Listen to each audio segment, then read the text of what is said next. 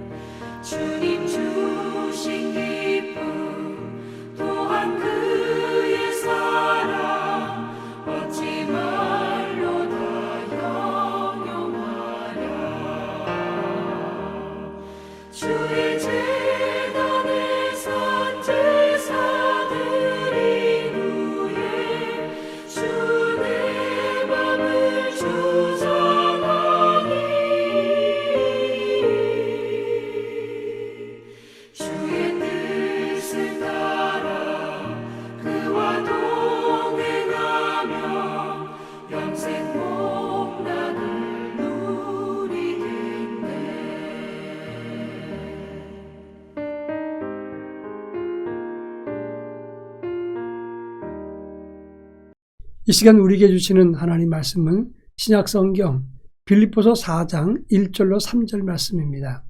빌립보서 4장 1절로 3절 말씀을 한 절씩 교독합니다.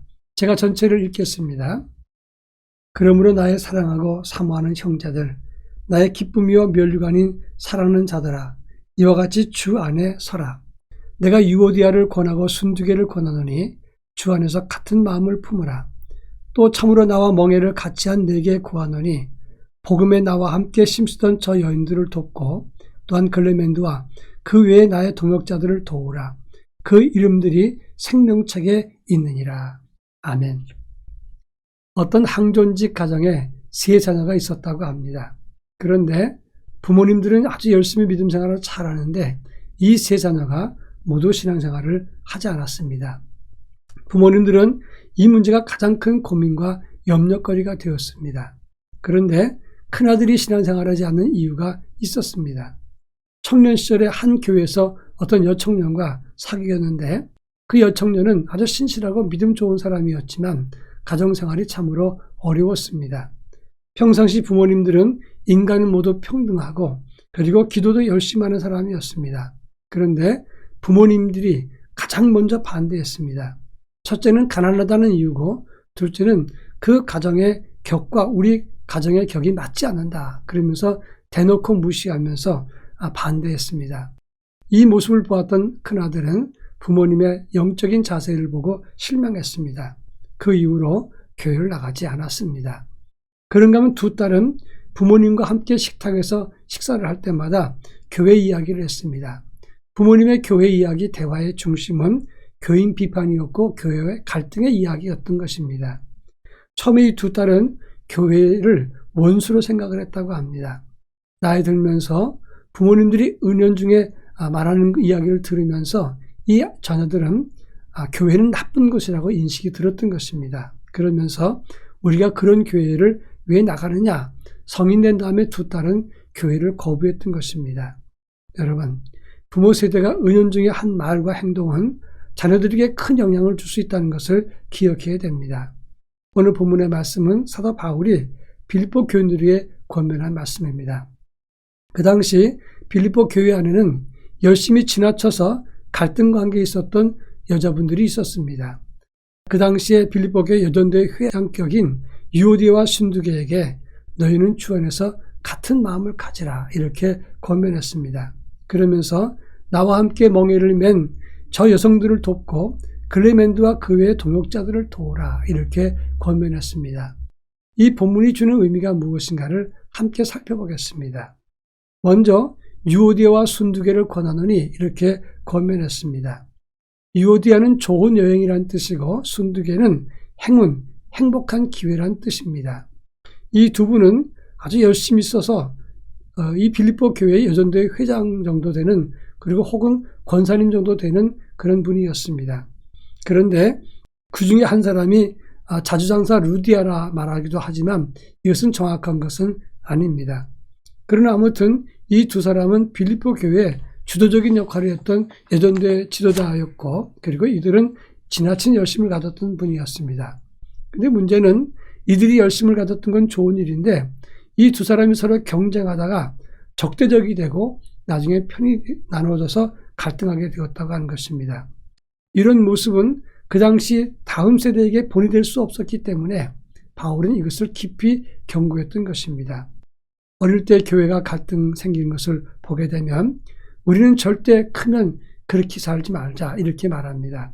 그런데 그 어린이가 커서 교회에서 똑같은 패턴으로 교회 갈등을 만든다고 하는 것을 알아야 됩니다.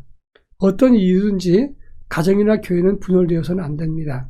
화합하고 평화로운 가정 그리고 행복한 교회 생활이 되어야 된다고 하는 것입니다. 그런가 하면 3절에 보면 바울은 빌립보 교인들에게 나와 함께 멍에를 같이 한 너에게 구한다 이렇게 말하면서 나와 함께 심쓰던 저 여인들과 글레멘드와 그와 동역자들을 도우라 이렇게 말했습니다. 여기서 나오는 글레멘드라는 사람은 그 당시 흔했던 이름입니다. 누군가 밝혀지지 않고 기록도 정확하게 없습니다. 그러나 어찌되었던 바울이 3절에서 말한 것은 두 가지 의미가 있습니다. 수고한 일꾼들 그리고 그들을 협력하고 힘들지 않도록 도우라 이렇게 말하는 것입니다. 때때로 교회에서 일할 때 보면 앞장 세워서 일한 다음에 뒤에서 힘들게 하는 경우가 많이 있습니다. 특히 젊은이들에게 쉽게 일을 시켜놓고 뒷수습도 안 하고 격려도 하지 않고 일하는 것이 틀렸다고 말이 많으면 그러면 젊은이들이 교회에서 일하기 싫어진다는 것입니다. 어떤 일은 혹시 실수를 해도 주의 일에 열심히 했으면 협력하고 또는 힘들지 않도록 돕는 모습을 보여야 됩니다. 그것이 다음 세대들에게 믿음을 세우는 일이다. 이것을 잊지 말아야 합니다. 이제 마지막으로 그들을 도우라고 하는 것은 결국은 힘을 합해서 주의 일을 세우라 그런 뜻이 있는 것입니다. 또 주의 일하는 사람들 칭찬하고 격려를 아끼지 말라. 그런 의미가 있는 것입니다. 다음 세대는 교회 안에서 격려와 존중과 칭찬을 먹고 크는 것입니다. 나이가 나보다 한참 어리다고 함부로 말하거나 이래라 저래라 간섭하는 것은 좋은 태도가 아닌 것입니다. 제가 어릴 때 중학교를 졸업하면 고등학교 들어갔을 때 교회학교 반사를 맡겼습니다.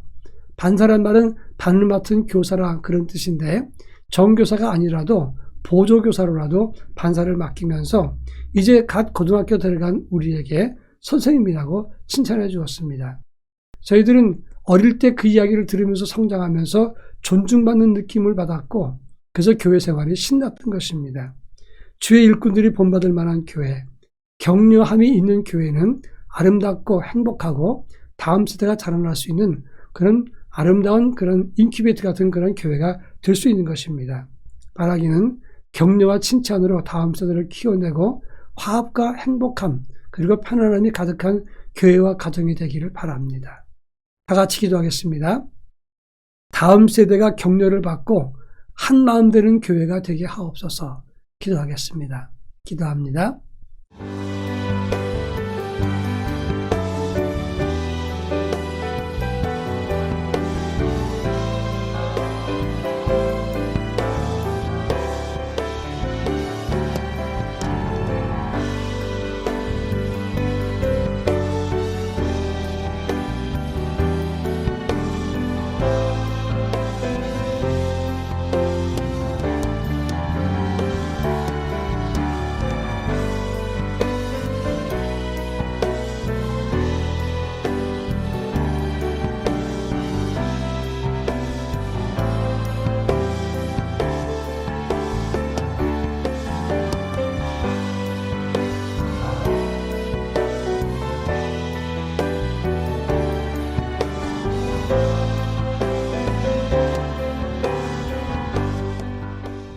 사랑 많으신 하나님 아버지, 우리 교회는 갈등과 분규 대신에 평화와 행복이 가득한 교회 되게 하시고 우리 가정 또한 하나의 마음으로 그리스도 예수 안에서 행복이 가득한 가정이 될 수 있도록 은총을 더하여 주옵소서. 다음 세대가 격려와 칭찬을 받고 일어설 수 있게 하시고 그래서 온 교회가 아름답게 세워져가는 복된 교회 되게 하시고 가정도 행복함이 가득한 가정이 되게 하옵소서.